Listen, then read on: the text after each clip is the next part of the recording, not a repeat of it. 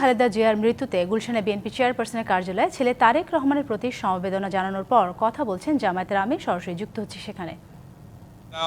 যিনি বাংলাদেশ জাতীয়তাবাদী দলের চেয়ারপারসন ছিলেন, তিনবারের প্রধানমন্ত্রী ছিলেন, তার ইন্তেকাল হয়েছে। পরবর্তীতে বাংলাদেশের ইতিহাসের সর্ববৃহৎ জানাজা হয়েছে। আমরা জানাজা নামাজেও ছিলাম, দেখা হয়েছে। তারপরে আজকে আমরা সম্মানিত ভারপ্রাপ্ত চেয়ারম্যান জনাব তারেক রহমান সহ তার পরিবারের সদস্য এবং কেন্দ্রীয় নেতৃবৃন্দ সহ সবাইকে সহানুভূতি এবং সহমর্মিতা জানানোর জন্য আমাদের সম্মানিত আমিরে জামাত আসছিলেন। এই জন্য সৌজন্য সাক্ষাৎ হয়েছে, খুব সংক্ষিপ্ত। তো এ পর্যায়ে আমি সম্মানিত আমিরে জামাতকে আপনাদের উদ্দেশ্যে সংক্ষেপে তার অনুভূতি ব্যক্ত করার জন্য অনুরোধ করছি। আসসালামু আলাইকুম ওয়া রাহমাতুল্লাহ। মহান আল্লাহ রাব্বুল আলামিনের শুকরিয়া যে আমরা একটি নৈতিক দায়িত্ব পালন করার জন্য এখানে এসেছিলাম। আমরা সবাই জানি বিএনপি চেয়ারপারসন সাবেক প্রধানমন্ত্রী বেগম খালেদা জিয়া, তিনি জাতিকে তিনবার নির্বাচিত প্রধানমন্ত্রী হিসাবে নেতৃত্ব দিয়েছেন। এর বাইরেও তার একটি সংগ্রামী আপসহীন জীবন ছিল। তিনি গণতন্ত্র পুনঃপ্রতিষ্ঠা এবং মানুষের নাগরিক অধিকার প্রতিষ্ঠার জন্য আজীবন লড়াই করে গেছেন। সেই লড়াই করতে করতে তার শেষ জীবনটা অত্যন্ত বেদনাদায়কভাবে জেলেও একাকিত্বে কেটেছে। এই সময় যারা দেশ শাসন করেছেন তারা তার সাথে অমানবিক আচরণ করেছেন। তিনি যখন গুরুতর অসুস্থ হয়ে পড়লেন তখন তাকে বিদেশে নেওয়ার জন্য দল পরিবারের পক্ষ থেকে বারবার অনুরোধ করা হয়েছে।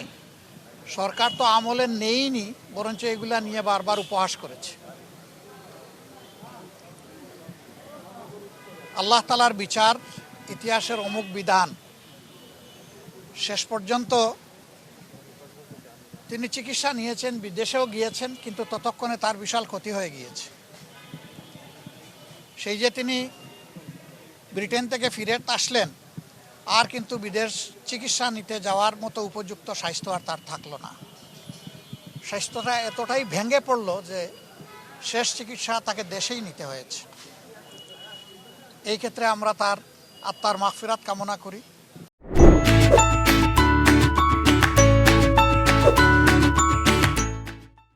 মহান রাব্বুল আলামিনের দরবারে দোয়া করি আল্লাহ তার বান্দির উপরে রহম করুন এবং জান্নাতের সর্বোচ্চ দরজা তাকে দান করুন। আমরা সহানুভূতি জানাই, সহমর্মিতা জানাই তার সন্তান বিএনপির ভারপ্রাপ্ত চেয়ারম্যান জনাব তারেক রহমান সহ তাদের পরিবারের সদস্যবৃন্দ, সংগঠনের নেতাকর্মী এবং তার চিকিৎসা কাজে যারা নিয়োজিত ছিলেন সেই সমস্ত চিকিৎসক সমাজের প্রতিও আমরা ধন্যবাদ জানাচ্ছি, কৃতজ্ঞতা জানাচ্ছি যে তারা বেগম খালেদা জিয়া দেশনেত্রীকে অত্যন্ত আন্তরিকতার সাথে তাদের সর্বোচ্চ যোগ্যতা অনুযায়ী তারা চিকিৎসা সেবা দিয়েছে। এটা আমাদেরকে অনুপ্রাণিত করে যে ভবিষ্যতে নাগরিকরা এমনটাই আমাদের দেশের চিকিৎসক সমাজের কাছে আশা করতে পারেন। তিনি চলে গেছেন ইতিহাসের একটা বিরল সম্মান নিয়ে।